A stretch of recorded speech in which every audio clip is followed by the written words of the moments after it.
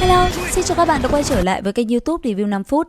Ở cuối tập 153, ngay khi Diệp Phàm bại lộ kế hoạch, anh ấy đã lập tức bị các phương thế lực và cái tên Vương Đằng liên thủ tấn công. Lúc này, đứng trước hàng loạt công kích đồng thời lao tới, Diệp Phàm cùng Cơ Tử Nguyệt và Bàng Bác định lao lên thì bất ngờ từ đâu mấy đạo thân ảnh đã lao tới, đánh bay từng món binh khí, đồng thời đập bay mấy tên tôm tép của các thế lực ra xa.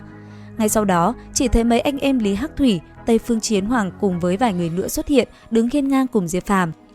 Đối diện với mấy người vừa tới, Vương Đằng cùng đám người kia tức giận, ngay lập tức hai bên liền xảy ra một trận võ mồm. Sau một hồi, các đại thế lực lao lên, một cuộc đại chiến kinh thiên động địa bùng nổ. Đây dự báo sẽ là một cuộc thư hùng đầy quyết liệt. Giờ khắc đó, chỉ thấy hai bên lao vào nhau công kích mãnh liệt. Chẳng mấy chốc, giữa không trung đã toàn là những cú va chạm mạnh mẽ. Khi Vương Đằng tung chiến xa đánh thẳng về phía Diệp Phàm, thì Chiến Hoàng ra tay, cây gậy như ý trong tay hóa khổng lồ, đập thẳng vào chiến xa. Khoảnh khắc va chạm, chỉ thấy chiến xa đã bị gậy như ý đập bay ngược lại.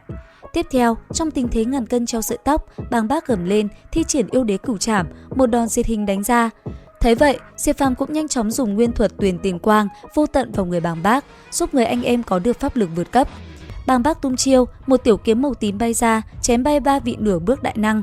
Chưa dừng lại ở đó, Bàng Bác tiếp tục hét lớn, yêu đế cửu trảm, thân thương. Dứt lời, hai luồng ngân quang từ mắt Bàng Bác hóa thành chân long, quấn quanh cây mâu ngọc, đâm thẳng vào mi tâm một vị đại năng đang định tập kích Diệp Phàm. Tiếng nổ vang lên, một tên đại năng bị đánh bay và mất sức chiến đấu. Chứng kiến thần uy của Tuyệt Kỹ Thanh Đế, đám đông xung quanh đều sởn tóc gáy, kinh hãi nhìn hai người Diệp Phàm và Bàng Bác giữa vòng vây quân thù. Tiếp theo, Cơ Tử Nguyệt trong lúc hỗn loạn, nàng cũng liền kết ấn thi triển bí thuật tạo ra một trận pháp dịch chuyển. Tiếp theo, nàng liền lợi dụng mật đạo của Cơ gia để đưa Diệp Phàm rời đi, nhưng Âm Dương Giáo đã sớm mai phục tại lối ra. Khi đã rời khỏi Hóa Tiên Trì, Diệp Phàm không còn mượn được sức mạnh từ Long Mạch Thần Lĩnh, khó lòng đối phó với hai vị đại năng của Âm Dương Giáo. Lúc này, Cơ Tử Nguyệt cũng lần đầu bộc phát thực lực thực sự, thể chất đặc biệt của nàng cho phép mượn sức mạnh trời đất truyền sang cho Diệp Phàm. Nhờ nguồn thần lực dồi dào, Diệp Phàm trở lại đỉnh phong, triển khai thánh thể dị tượng, dùng cửu thần binh đối chọi với Âm Dương Kính, liên tiếp chém sát hai vị đại năng của Âm Dương Giáo.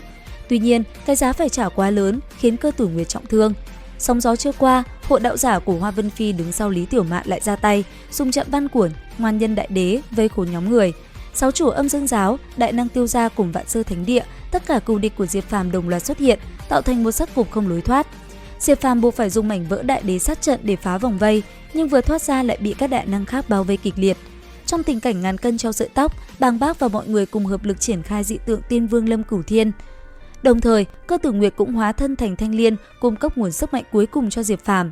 Giữa lúc hỗn chiến, Vương Đằng cầm Thiên Đế kiếm xông đến.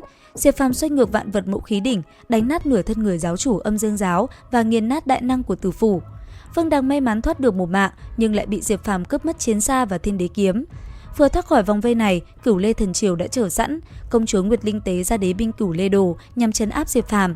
Lúc này, mảnh đồng xanh trong người Diệp Phàm bỗng dưng phát huy tác dụng, Thanh Liên trong cổ hải bén rễ lên mảnh đồng, thần kỳ ngăn chặn được đế binh.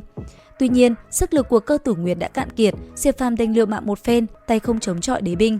Điều kỳ lạ là, đúng vào lúc đó, Cửu Lê Đồ bỗng nhiên mất kiểm soát, khiến lão hoàng chủ suýt bị hút cạn thần lực. Sau khắc đó, chỉ có thánh nhân mới có thể tay không đoạt lấy đế binh. Phải chăng lão già bí ẩn xuất hiện cùng với Thanh Đế chính là một vị thánh nhân ẩn mình? Không biết ai là người đã ra tay cứu giúp Diệp Phàm, thế nhưng nhờ sự can thiệp bí ẩn này, Diệp Phàm đã cướp được đế binh, chuẩn bị đại sát tứ phương. Trận chiến tiếp theo, Diệp Phàm sẽ phải đối đầu với thánh chủ của Âm Dương Giáo. Đây sẽ là một cuộc chiến còn khó khăn hơn rất nhiều. Liệu rằng Diệp Phàm có thoát được cảnh bị vây hãm hay không?